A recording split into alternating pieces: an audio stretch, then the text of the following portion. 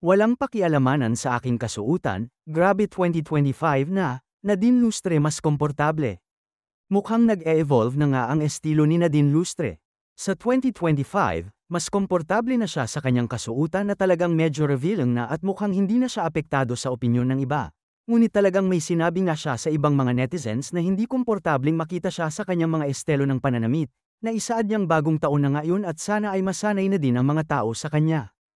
Ang pagpapakita nga ni Nadine ng pagiging totoo sa sarili at ang pagpapahalaga sa comfort sa kanyang mga outfits ay isang magandang mensahe para sa lahat na mas mahalaga ang sariling kasiyahan kaysa sa kung ano ang sinasabi ng ibang tao. Talagang ang may bagong level ng confidence si Nadine, at patuloy na nagiging fashion icon sa kanyang sariling paraan.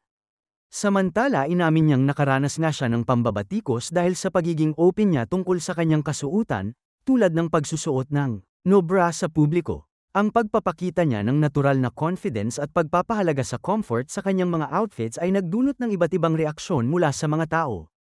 May mga nagsasabing empowering ito, habang ang iba naman ay may negatibong komento. Nabanggit naman ni Nadine na ang importante ay ang pagpapahayag ng sarili at pagiging komportable sa sariling katawan, anuman ang opinyon ng iba.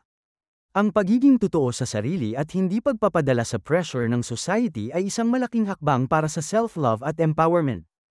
Maraming mga fans naman ang humahanga kay Nadine Lustre sa kanyang bagong approach sa fashion at lifestyle. Ang kanyang pagiging totoo sa sarili at pagiging komportable sa kung anong gusto niyang isuot ay isang malaking inspirasyon sa mga tao, lalo na sa mga kabataan. Ang pagiging authentic ni Nadine ay nakapagbigay ng lakas ng loob sa marami upang maging mas confident sa kanilang sarili at mas tanggapin ang kanilang uniqueness. Tila mas marami pang fans ang bumabati at sumusuporta sa kanya ngayong taon na ito.